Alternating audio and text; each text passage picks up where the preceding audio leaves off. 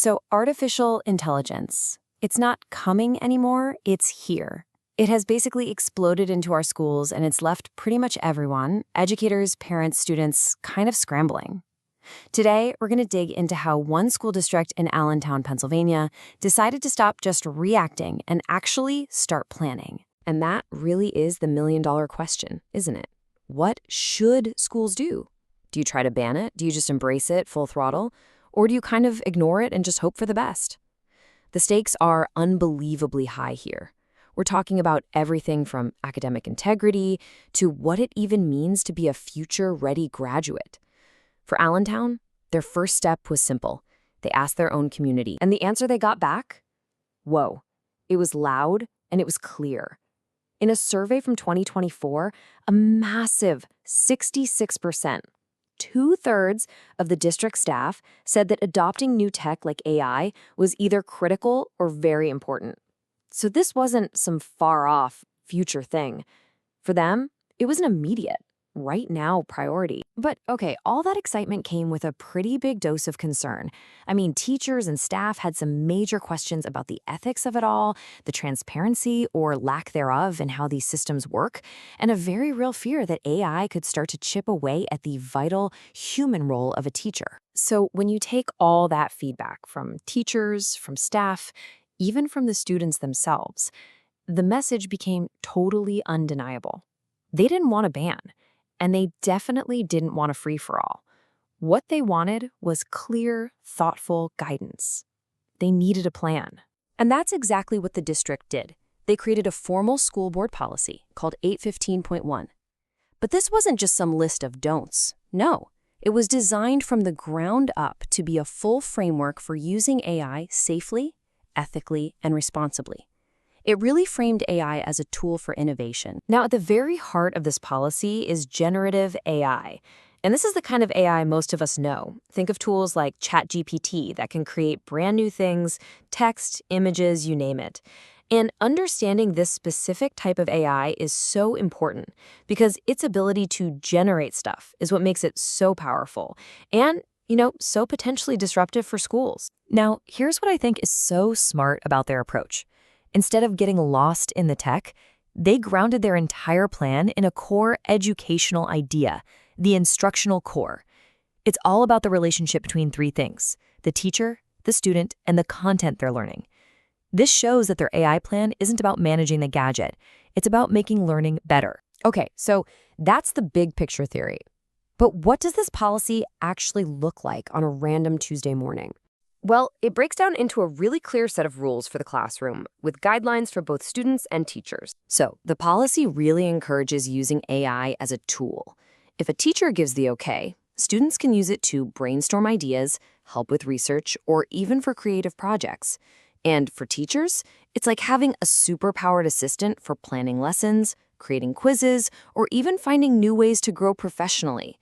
The key word here is augment, not replace. And then, of course, you've got the don't even think about it list. For students, the number one no-no is academic dishonesty. Plagiarism, passing off AI work as your own. For teachers, a big one is you can't just let a robot grade everything without a human review. And for everybody, the most critical rule is never, ever sharing students' personal information with unapproved AI tools. And here's a rule that might make you do a double take. Teachers are actually forbidden from using those AI detection tools on student work. Why? Well, the district gives two main reasons. First, those tools can be really unreliable and can falsely accuse students.